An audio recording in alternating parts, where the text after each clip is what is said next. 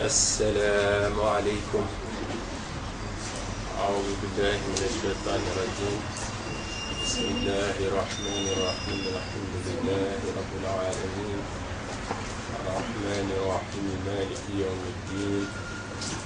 إياك نعبد وإياك نستعين. اهدنا الصراط المستقيم صراط الذين أنعمت عليهم غير المغضوب عليهم ولا الضالين. آمين. اللهم صل على سيدنا محمد الفاتح لما أغلق والخاتم لما سبق ناصر الحق بالحق والهادي إلى صراطك المستقيم وعلى آله حق قدره ومقداره العظيم.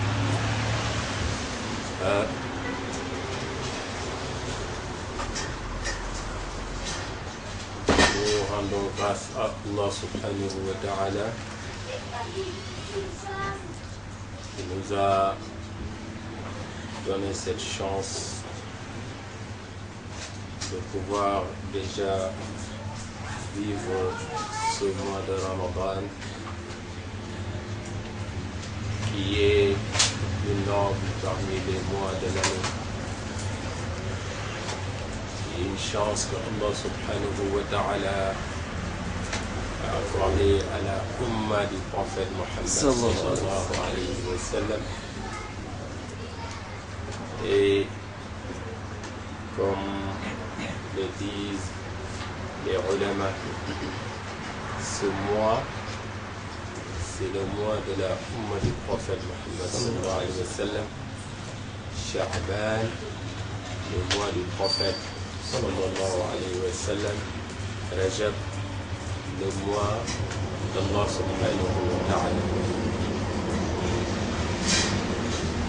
Aujourd'hui, on va parler d'un point.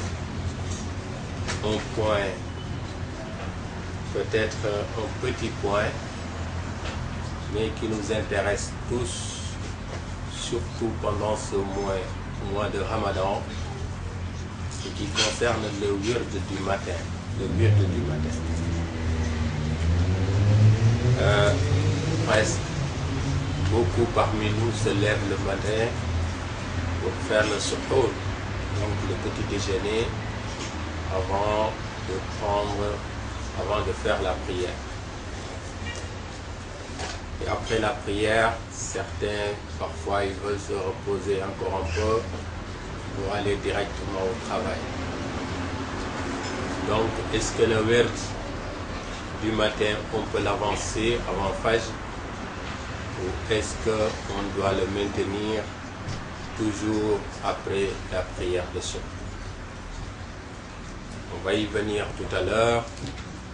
Juste dire quelques mots sur le mois. Pour vous dire que le wird que tu fais pendant ce mois a plus de valeur, plus de force que le wird que tu fais en d'autres mois. La wazifa que tu fais pendant ce mois a beaucoup plus d'importance que celle que tu fais dans d'autres mois. Tout simplement parce que la baraka, le mois de Ramadan est passé par là. Le mois de Ramadan, c'est un mois sacré. J'en ai parlé, je crois, hier, ce matin, dans les médias. Dans l'islam, Al-Ashhurul Hurum, les mois sacrés sont au nombre de 4. Mais quand on les cite, on voit que le Ramadan n'en fait pas partie. Le prophète sallallahu alayhi wa sallam, il a dit 3 parmi les mois sacrés se suivent, et il y en a un qui est un peu à l'écart entre le Jumada et Sha'ban. C'est le mois de Rajab. Le mois de Rajab est parmi les Ashhurul Hurum, les mois sacrés dans l'islam. Mais il est avant Sha'ban et il est après Al-Jumada. Et les autres mois sacrés, c'est Zil-Qa'da, Zil-Hijja, Al-Muharram. C'est 3 mois qui se suivent. Al-Muharram, c'est le premier mois du calendrier musulman. Comme si on parlait de janvier ou selon d'autres types de calendrier, en tout cas le premier mois. Al-Muharram, c'est dans ce mois qu'il y a Ashura. Le prophète sallallahu alayhi wa sallam, il jeûnait à Ashura avant l'arrivée de l'islam, avant l'arrivée du Siyam, du Ramadan. Avant qu'Allah subhanahu wa ta'ala dise aux musulmans que vous pouvez jeûner le mois de Ramadan. Mais Ramadan ne fait pas partie des mois sacrés, mais il est encore plus sacré. Il a plus de baraka que les autres mois. Parce que les autres mois, pendant ces autres mois, les musulmans n'avaient pas le droit de livrer bataille. Ils pouvaient se défendre s'ils étaient attaqués, mais ils n'avaient pas le droit de livrer bataille. Le mois de Rajab, qui est le mois pendant lequel la prière a été ordonnée, prescrite.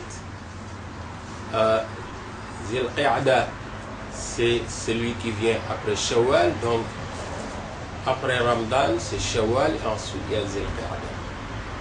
Zil-Hijja, c'est le mois où il y a le pèlerinage, et Al-Muharram, c'est le premier mois du calendrier de l'islam, comme nous l'avons dit, tout à l'heure.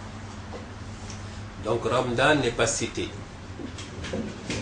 Ce qui fait qu'il y a eu des djihad, des ghazawat, des expéditions qui étaient livrées pendant le mois de Ramadan. Et le premier, le plus célèbre parmi ces djihad, ces combats, c'était Badr, le 17e jour du mois de Ramadan, en l'an 2 de l'Hégire.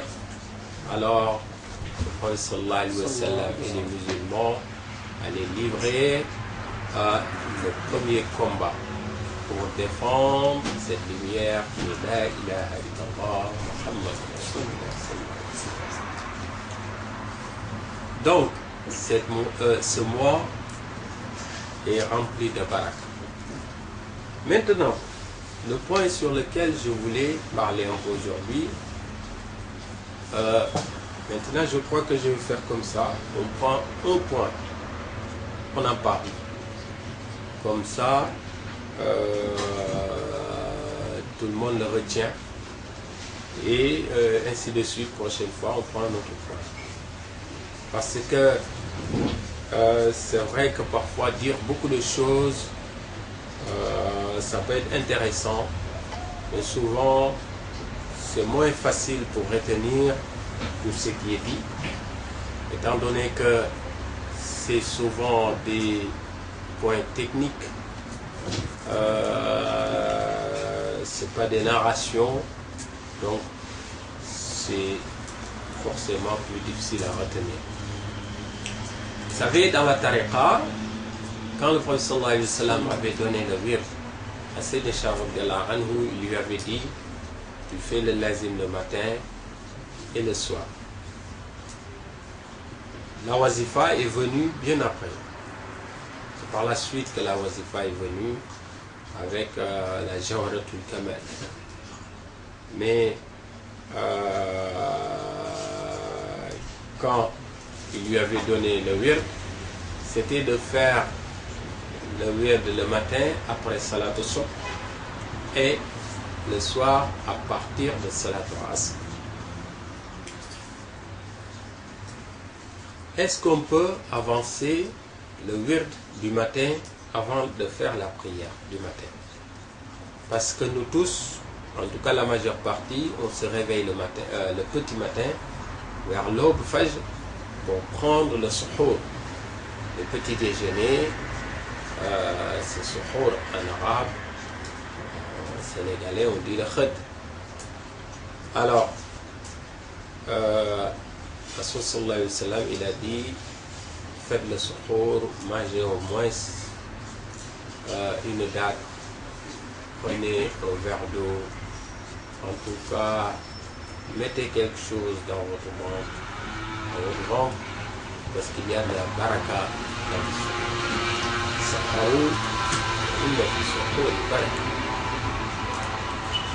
Alors, comme on se lève, donc on peut en profiter pour faire le lazim. Comme ça nous libère. Après la prière, on peut soit dormir encore un peu ou aller directement au travail. C'est la période des vacances, ou aller, on ne peut pas dire aller assister au cours parce que c'est la période des vacances. Donc, c'est possible de le faire. Et il n'y a pas de ikhtilaf à ce niveau. Alors, le ikhtilaf, c'est des avis différents. Les avis différents se trouvent au niveau de taqdim ou wird al-masa. Le fait de faire le wird de l'après-midi avant l'heure, c'est là où il y a ikhtilaf. Tout le monde n'est pas d'accord là-dessus. Il y en a qui disent qu'on peut, si par exemple on doit partir en voyage, ou il y a un empêchement qui fait qu'on ne pourra pas faire le wird après la prière d'Asr, la prière de l'après-midi, autant le faire avant Asr, donc après Dhuhr, faire le wird. À ce niveau, il y a ikhtilaf, ils ne sont pas d'accord, tous les ulama là-dessus, pour pouvoir le faire. Mais il y a unanimité sur le fait que si on se lève plus tôt, on peut faire le wird du matin. Et dans le Rimah, notre Cheikh Al-Hajj Omar anhu, il précise que chaque Salatul Fatihi que tu fais pendant la nuit est multiplié par 500. Tu fais une Salatul Fatihi, c'est comme si tu en avais fait 500. Deux Salatul Fatihi, c'est comme si tu en avais fait 1000. 3, 1500, etc., etc. Donc finalement, si tu fais 100 Salatul Fatihi, ça va te revenir à combien? Voilà, presque 50 000, tu vois. Donc 50 000 Salatul Fatihi, Masha'Allah, c'est intéressant. Intéressant. Mais en dehors de ça aussi, toutes les actions pendant la nuit ont plus de valeur que pendant le jour. Toutes les actions pendant la nuit ont plus de valeur. Ça ne veut pas dire que les actions pendant le jour n'ont pas de valeur. Parce que le prophète sallallahu alayhi wa sallam disait même que si tu n'arrives pas à... Si tu manques ton wird du soir, à l'époque du prophète sallallahu alayhi wa sallam, ce n'était pas le wird, mais pour quelqu'un qui lisait un certain nombre de hizb la nuit par exemple, ou qui avait un certain nombre de raka à faire la nuit par exemple, ou en tout cas avait une ibada qu'il faisait chaque nuit et qu'il n'arrivait pas pour une raison X ou Y à la faire pendant une nuit, alors il disait que tu le rattrapes dans la journée, parce qu'Allah subhanahu wa ta'ala il a dit هو الذي جعل الليل والنهار خلفة لمن أراد أن يذكر أو أراد شكرا. Allah subhanahu wa ta'ala, c'est lui qui a créé le jour et la nuit qui se succèdent. Alors pour celui qui veut se rapprocher d'Allah subhanahu wa ta'ala par un zikr, ou en tout cas rendre grâce à Allah subhanahu wa ta'ala par une action. Donc c'est à travers ce verset que le Prophète Sam, quand il y avait un compagnon qui venait lui dire que hier je n'ai pas pu faire, il dit tu peux le faire avant toi. Maintenant, là j'extrapole un peu, les ulama, dans les mazaïd, ils soutiennent que si tu ne fais pas, si tu n'arrives pas à faire la nuit ce que tu faisais d'habitude, tu peux le faire le lendemain. Par contre, en ce qui concerne Shafa wal Witr, il n'y a pas d'unanimité. Il y en a qui disent que si tu n'arrives pas à le faire la nuit, tu ne peux pas le faire le lendemain. Mais c'est Nesharatella Anou, il nous a enseigné que si tu n'arrives pas à faire ton Shafa wal Witr la nuit, le lendemain, avant tout, en tout cas, rattrape ton Shafa wal Witr, parce que Shafa wal Witr, ça complète toutes les prières. Masha'Allah, et qui, s'il n'y a pas Shafa wal Witr, nos prières, le nombre de prières est impair. Avec Shafa wal Witr, ça devient pair. Voilà. Donc, je crois qu'on va s'arrêter là. Et retenir surtout que le matin, c'est vrai que souvent, si on se réveille un peu tard, on privilégie de manger plutôt que de faire le wird. S'il y a l'heure, surtout s'il y a l'heure qui s'approche. Donc, on va essayer de se lever un peu plus tôt. Comme ça, on a le temps de faire le wird, de manger d'abord et de faire le wird aussi. À condition que tu finis pas ton wird tard. Parce que si tu finis le wird au moment où c'est l'heure de soupe, l'heure où on fait le azan, dans ce cas, il faut que tu reprennes le wird. C'est comme ça qu'il nous l'a dit notre cher Al-Hajj Omar. Donc, il faut au moins le finir avant l'heure. Si tu ne le finis pas avant l'heure, il faut que tu le reprennes. Donc, s'organiser pour voir combien de temps ça me prend mon suhoor, mon petit déjeuner, combien de temps ça me prend mon wird, et ainsi de suite. Comme ça, tout est bien. Et ne pas aussi rentrer dans l'intervalle du doute. Par exemple, s'arrêter de manger avant. Il y a beaucoup de calendriers qui mettent 10 à 12 minutes. Là aussi, il y a débat entre les fuqaha et les ulama. Et maintenant, ils disent même que tu peux manger jusqu'à l'heure. Tu peux manger jusqu'à l'heure. Maintenant, au niveau de cette heure-là, c'est là où il y a confusion aussi.